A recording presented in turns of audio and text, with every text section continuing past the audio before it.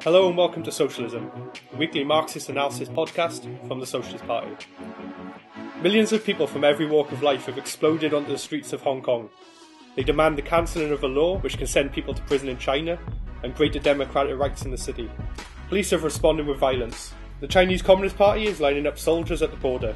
In one of the planet's most concentrated centres of banking and finance, the movement shows no sign of backing down. This episode we ask, where did this movement come from? Could this be the beginning of a revolution? And how can the workers and youth of Hong Kong and China overcome dictatorship and win real improvements to their lives? Thanks for that introduction. Hello all, James Ivans here from the Socialist Newspaper Editors Department.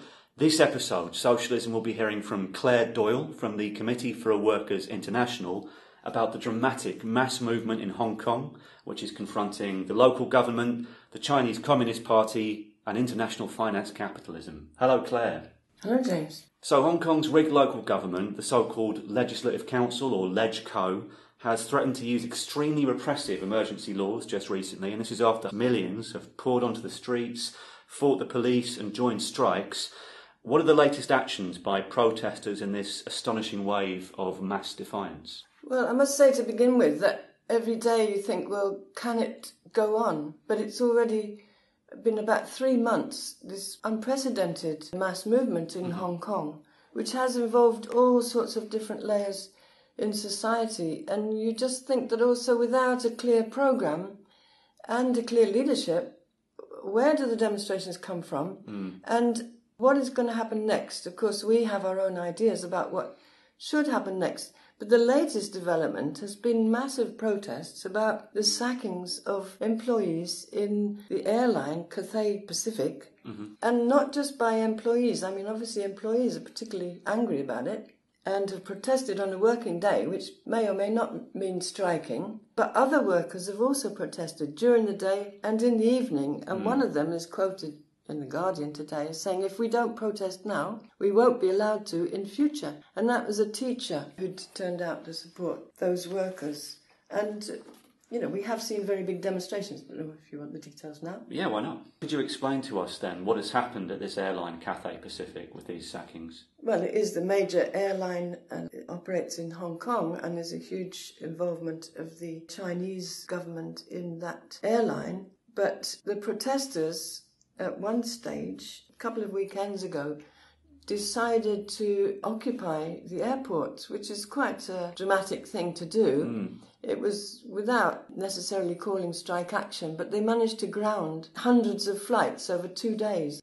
And the police went in pretty viciously, and some people were hurt. I think that's where the young woman lost, well, she was badly damaged in the eye, but there were all sorts of incidents of violence, and the demonstrators themselves withdrew and thought perhaps that wasn't the right tactic, which shows a kind of confusion in the leadership of the movement. And there was a sort of an inclination towards direct action, even terrorism.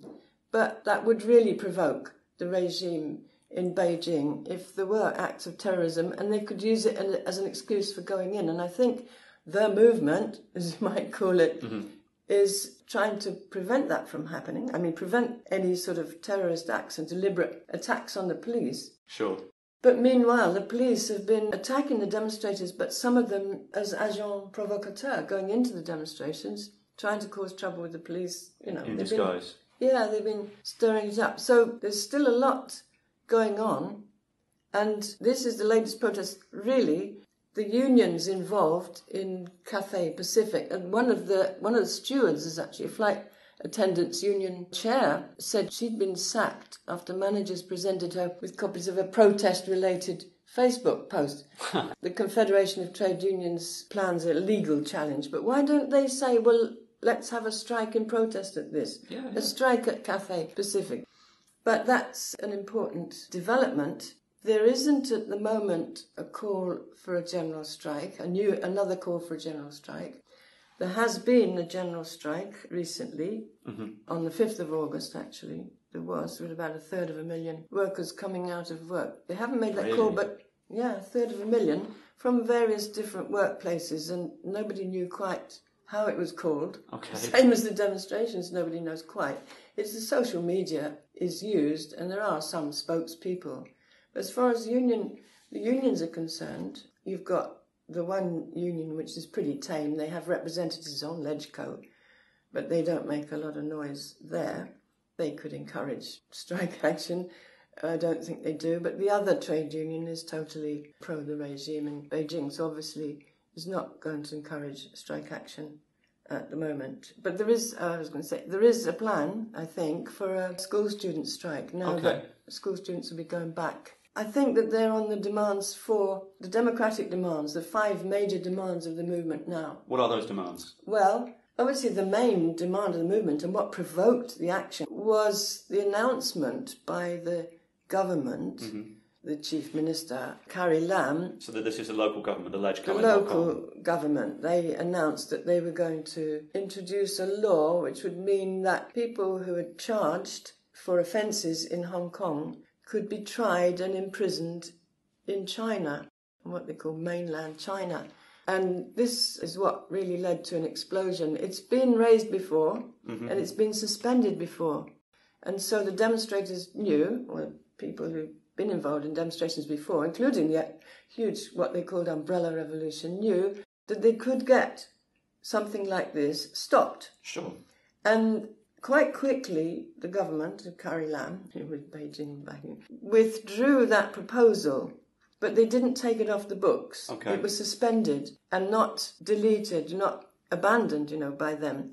So that's the main demand, but the other demands include democratic rights like suffrage, because LegCo, actually, it isn't one person, one vote at the present time. I think there's the age of the vote, but the other demands that they include are independent public investigation, and we have seen lawyers on the streets, by the way, in their black work clothes, demonstrating. That was, I think, a day after the general strike. Okay. And they are demanding independent public investigation into police violence. Okay. I mean, we would say not just independent and public, but the ordinary people, the youth who've been involved in the demonstrations and the workers who've been threatened and have been on strike. They should have representatives. They should be able to elect representatives onto an independent public inquiry. Anyway, their demands are limited. They want the release of all those arrested, and hundreds have been arrested. Even someone the age of 13 was arrested last week, I think. And I think it goes up to 60, 70-year-olds. It's such a mass movement that involves so many people in the population who don't expect to be arrested and are not doing anything provocative, but the police seem to be pushing for provocative action and not actually succeeding. I think the other demand is dropping the riot charges, which can mean 10 years imprisonment, just for being on a demonstration. So those are the basic demands of the movement. Okay. Now, you've mentioned a couple of times so far the role of the very repressive dictatorship, the national government in Beijing, ruled by the so-called Chinese Communist Party. Now, that's been amassing troops at the border with Hong Kong, isn't that right?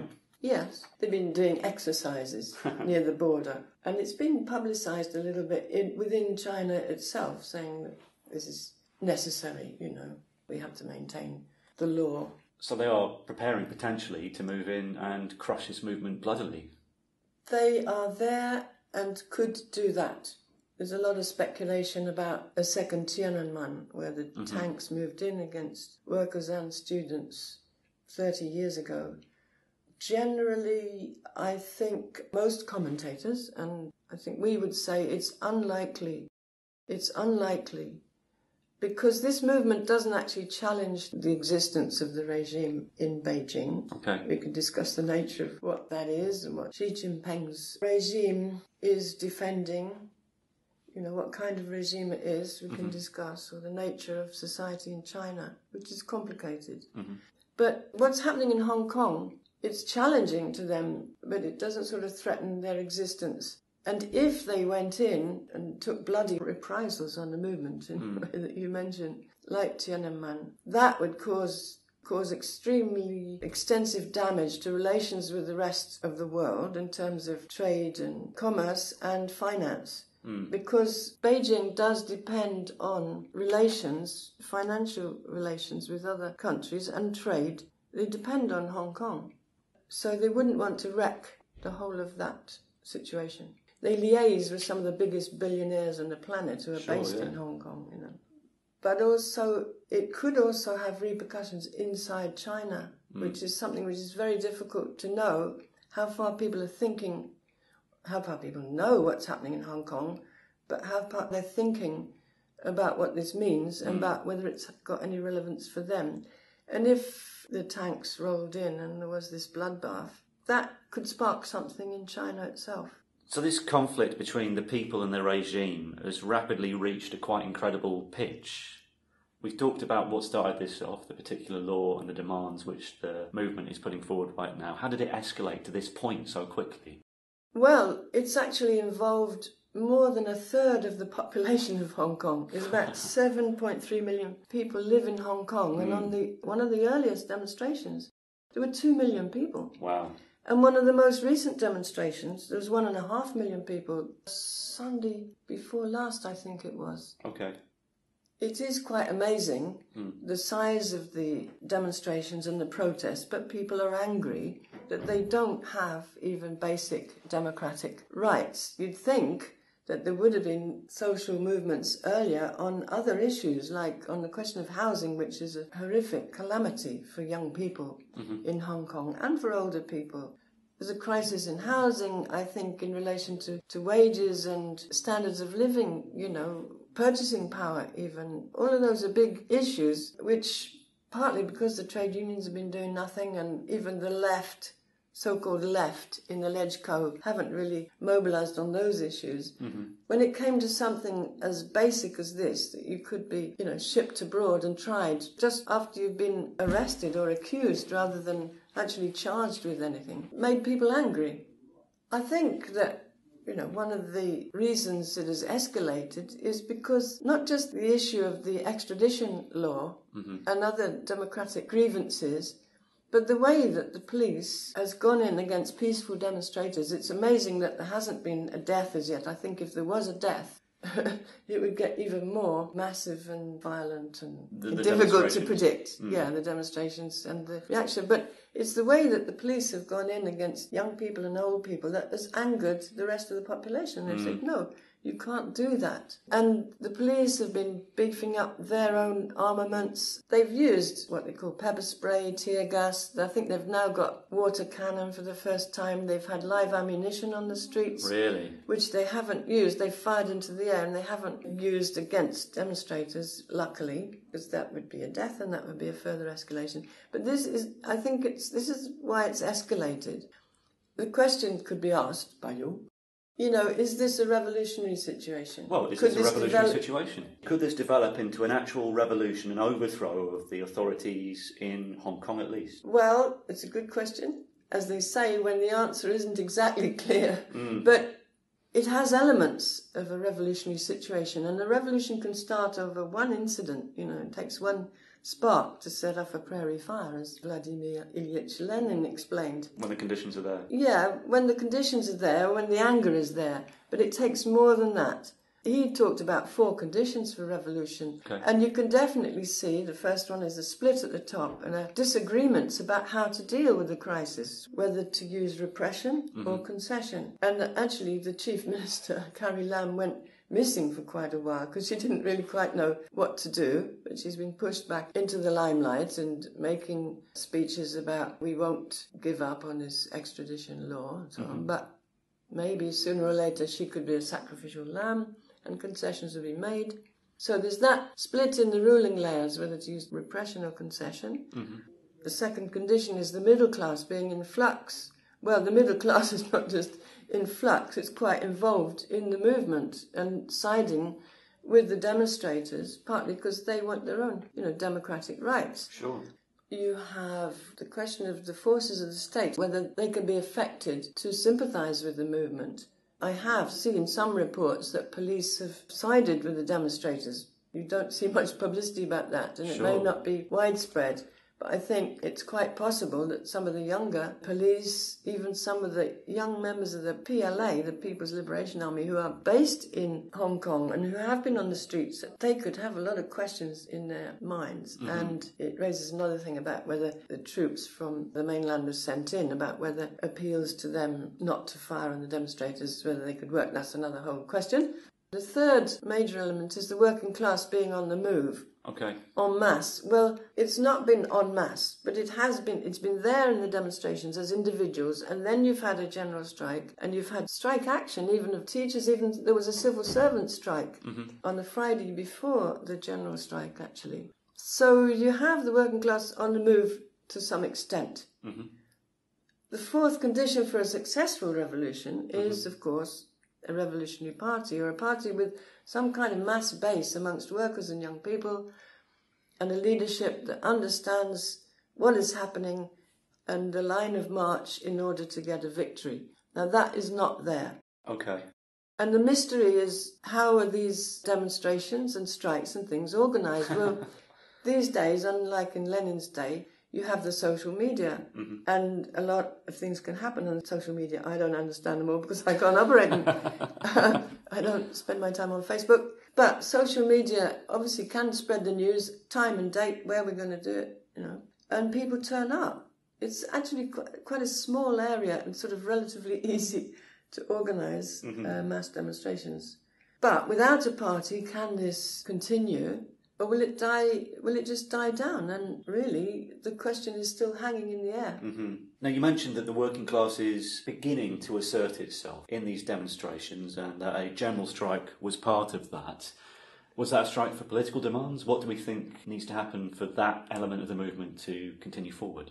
I think given the nature of the trade unions in Hong Kong, it can be very difficult to get them to move on these political issues, even on the democratic issues, as I mentioned before, on the question of wages, conditions at work, or even against sackings. I think it's difficult to get them to move, but that doesn't mean to say that we, as Marxists in Hong Kong, wouldn't be going to the workers and saying, push your organisations to take firmer action, to discuss at an all Hong Kong level, naming a date for taking a solid general strike action.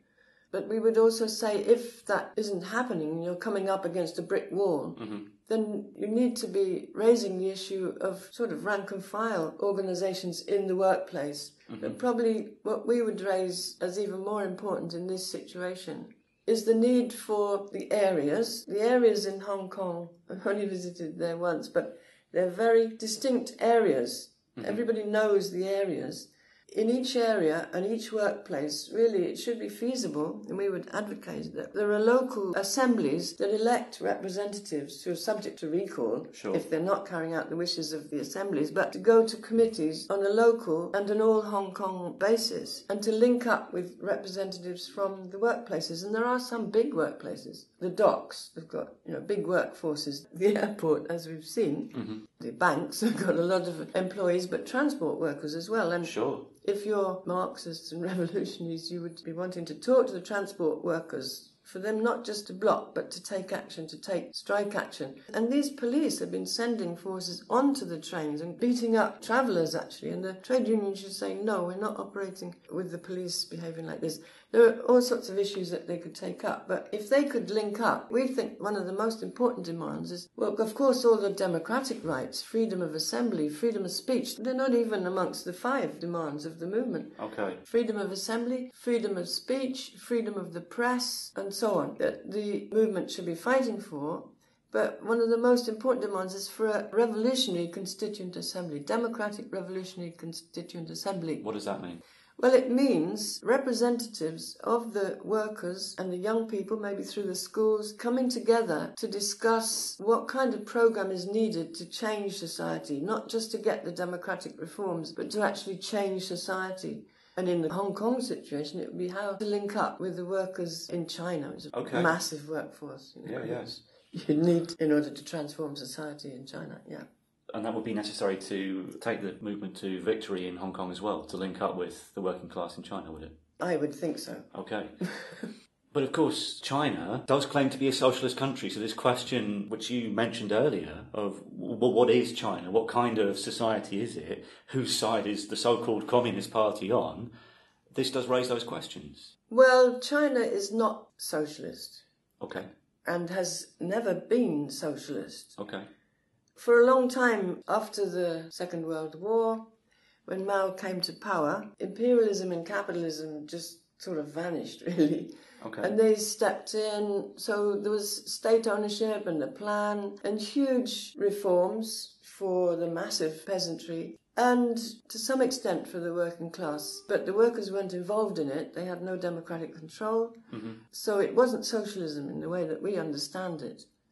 It was a state-owned, planned economy without any control from below of workers. And in fact, if workers began to try and assert their interests and their demands and try to get better conditions at work or better wages, shorter hours, then they would be dealt with, in inverted commas. Right, okay. Sacked, imprisoned, fined, or sort of disappeared. In the past and in the present, this would happen. And so the demand for democratic rights in China is also extremely important, and the rights of workers to be able to have independent trade unions is also very important. Okay. And an independent political voice, but that's a very big task, given that it is a dictatorship.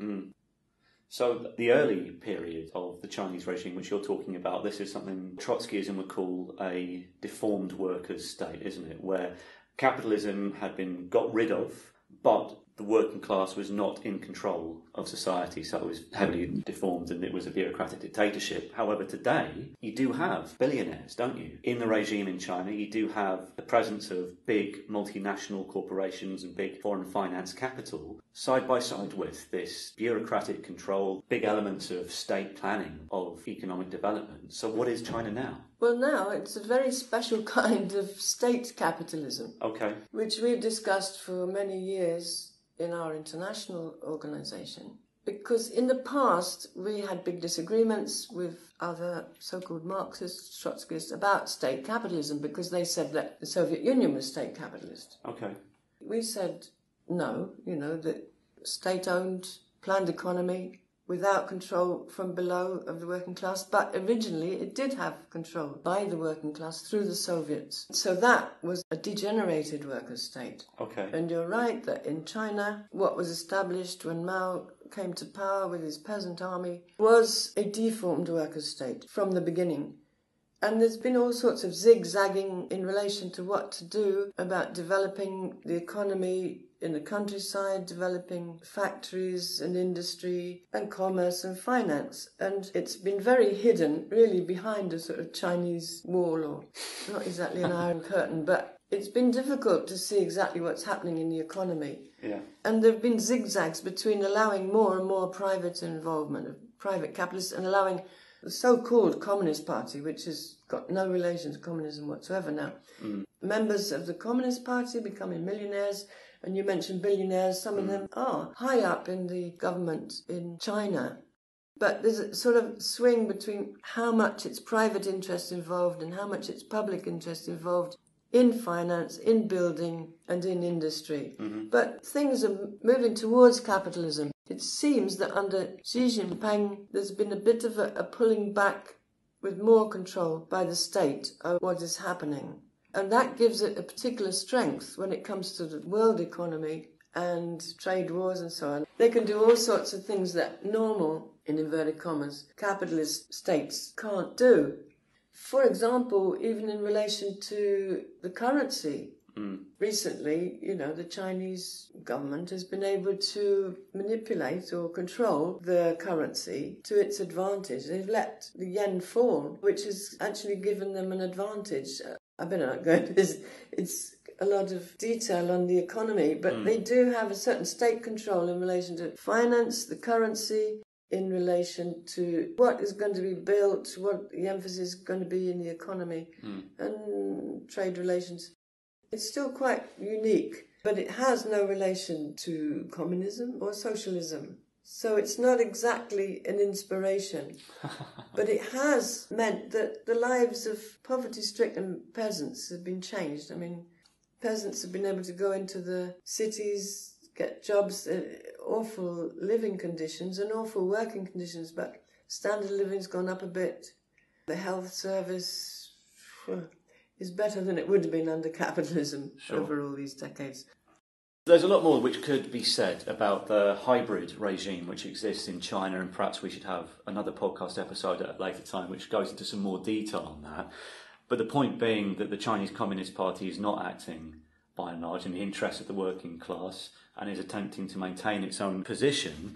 Well, you spoke about hybrids. I mean, it's probably gone further than being a hybrid, just half and half.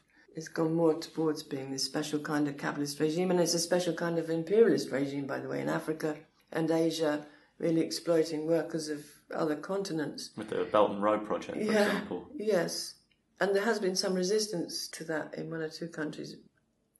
But because the regime, and even Xi Jinping, refers to Mao, they still honour Mao Zedong as the leader of the revolution against capitalism, really, or the leader of a revolution which has made such a difference to their country, and his portrait still hangs and so on.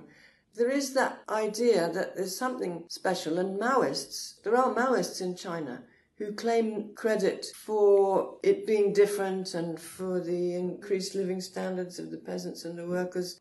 Their discussions could even be where there can be resistance to the completion of the process of establishing capitalism in China, fully establishing capitalism in China. There's talk about colour revolutions now, is what's happening in Hong Kong. A colour revolution, I've been discussing that with people as well. So that means what, like a democratic revolution against Well, it means, but no, not just, because that could be revolutionary, but it means with the idea of establishing capitalism fully in a country that's gone through this transformation.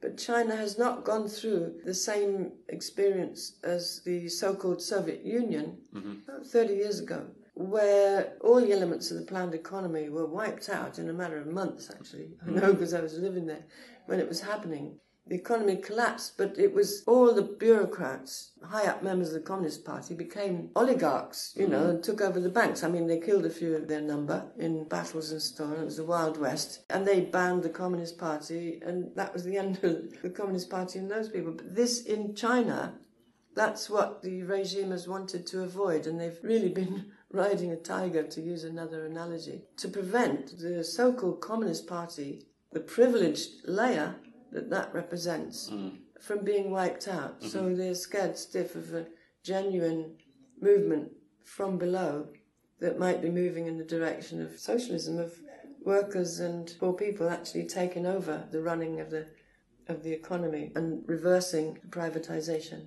and so on. Okay, so it's clear that they see a threat inherent in this movement, and particularly in its spread across the border, if that were to happen, into mainland China. How do the events in Hong Kong look set to unfold immediately, do you think? Well, as I said earlier, and it's extremely difficult to see how long this conflict, which occasionally looks like a standoff and then looks like a new major conflict, will last.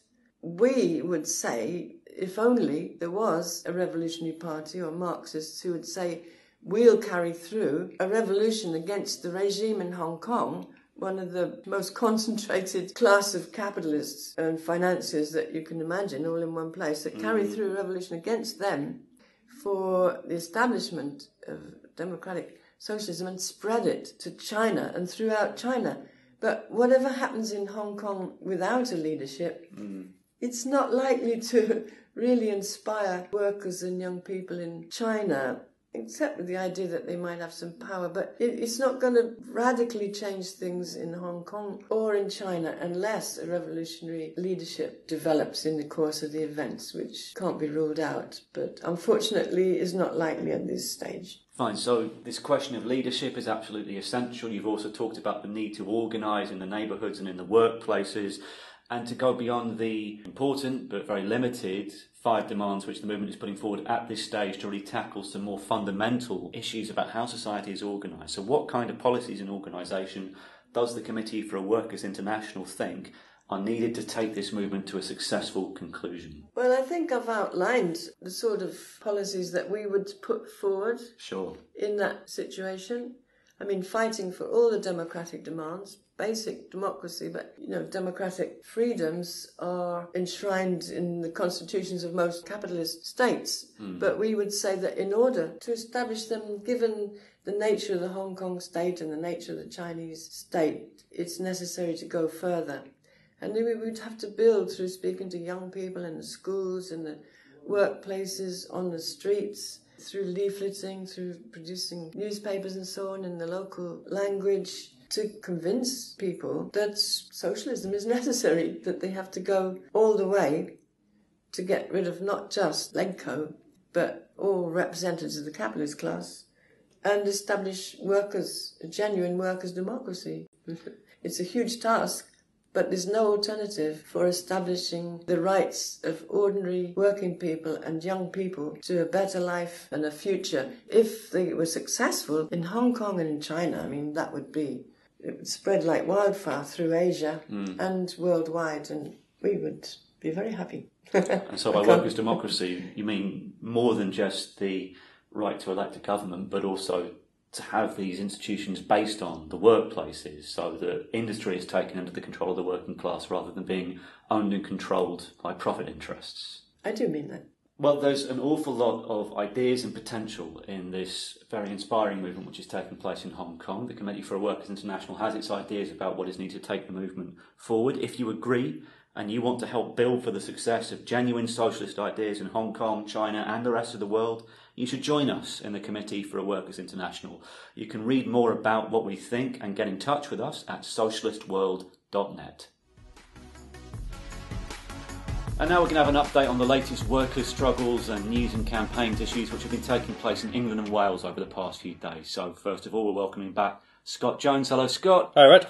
And Scott's going to give us our industrial update. What's been happening, Scott? There could be a big strike looming by Communication Workers Union members, the CWU, in Royal Mail, who have taken part in mass meetings which have been extremely angry and have led to a national ballot which could mean 100,000 postal workers taking strike action. So what are they angry about? They're angry about the relentless attacks on their terms and conditions, the workload that they've had to put up with, and alongside that, a bullying management. And there's already been a rash of unofficial walkouts around the country over these issues, and the CWU are trying to make that official now on the national scale, bringing everyone out. And of course, Royal Mail's now privatised, has been for a few years, and the current boss, a guy called Rico Back, has told the union, this is what he said, I am the CEO, I can do what I like.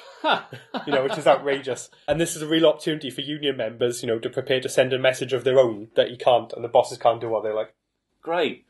What else have there been struggles in? Well, in the NHS, as we've previously reported, workers in Bradford have been taking strike action to stop what's effectively a backdoor privatisation of their jobs. This is the so-called wholly owned subsidiaries. That's right, yeah. The Unison members have been fighting to stay, as they call it, 100% NHS, and they've won a reprieve as part of that strike action, pushing the health bosses back and forcing them to delay the implementation until February next year. Right. And what we're calling for now is for the next NHS Trust Board meeting, which is on the 11th of September, to become a mass rally of those workers and supporters and other trade unions to call for the scrapping of those plans altogether. And the Trade Union Congress, which is the national conference of the coordinating body of all the unions in Britain, that is meeting soon, isn't it? It is in Brighton on the 8th of September, starting. And as usual that day, there's going to be a rally by the rank and file organisation, the National Shop Stewards Network. Well, a lot of these issues are going to be major themes as part of that rally. Speakers are going to include the CWU General Secretary, representing postal workers, Dave Ward, Unite General Secretary Len McCluskey, ASDOR President and Socialist Party member Amy Murphy, as well as other militant trade union leaders and workers in struggle. And of course, given Boris Johnson has recently declared that he's going to prorogue Parliament in an attempt to manoeuvre past parliamentary oversight of his Brexit plans, there is a case for the Trade Union Congress to coordinate that action and call a mass mobilisation of some sort, and I'm sure that will be a theme of the NSSN rally as well. Now for the update on some of the recent current events and campaigning which has been taking place, we welcome back Ian Patterson. Hello, Ian. Hi, James. Now, Ian, one of the big stories internationally has been the incredible amount of destruction taking place in the Amazon rainforest. Exactly. Everyone would have seen what's taking place with the Amazon, with the fires there. They're so extensive, they can be seen from space. The Amazon rainforest is absolutely crucial. 1 million indigenous people live in the area and rely on it for survival, and it also has a stabilising effect on the climate. Now, Brazil's right-wing president, Bolsonaro, when he stood for election, promised not to protect a single centimetre of the rainforest. He's cut $23 million from the Environment Agency in Brazil. We say deforestation and Bolsonaro's pro-rich policies have to stop. He's got to go, and we're calling for a united front of working class organisations in Brazil, trade unions, social movements to get rid of him. We're calling for an end to the capitalists profiting from this destruction.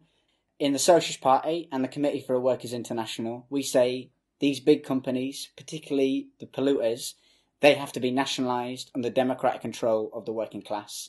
Capitalism is destroying the planet. A socialist world will allow workers to cooperate, fight climate change and protect the environment.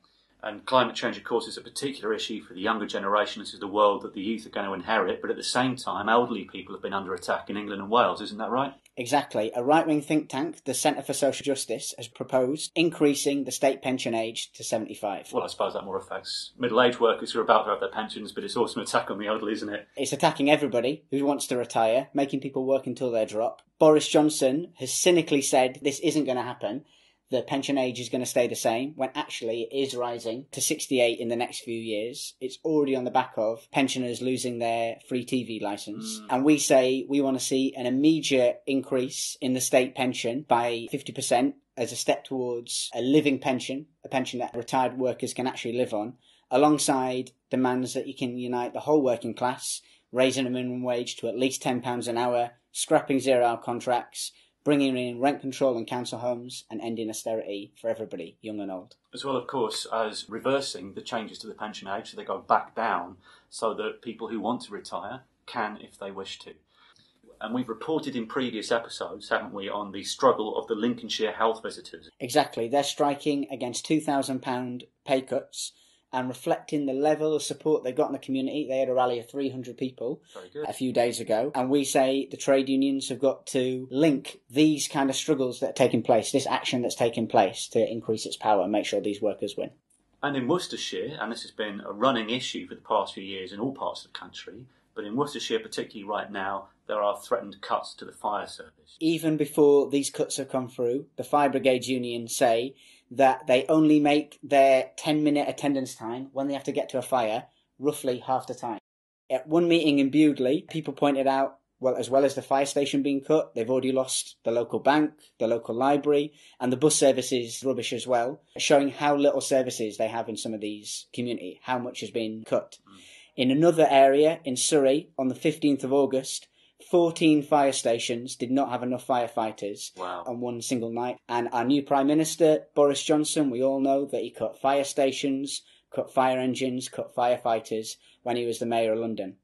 We say that we need campaigns like this, led by the Fire Brigade Union and other trade unions to reverse these cuts, and that Jeremy Corbyn should call on Labour councils to stop these cuts now. Thanks very much, Ian. Thanks very much, Scott. Thanks, James. We want you to send us recordings from picket lines and campaigns and reports of your activity. We also want your questions, comments and ideas for future episodes. To do that, email socialismpodcast@socialistparty.org.uk. Socialism the podcast has no wealthy backers. We survive thanks to the financial support of ordinary working class and young people, and we're proud of the political independence that gives us. If you like what you hear, help us take the fight to big business. You can make a regular donation or a one-off payment at socialistparty.org.uk/donate. Help us spread the word by giving us a 5-star review and subscribing so you don't miss out. Don't forget to recommend us to your co-workers and friends. You can read more about what we think and find out about joining us at socialistparty.org.uk. If you live outside England and Wales and want to join the fight for socialism in your country, see the Committee for Work's international website at socialistworld.net. Socialism is produced by the Socialist Party. This week we heard from Claire Doyle, speaking to James Ivans, along with Ian Patterson and me, Scott Jones. Till next time, solidarity.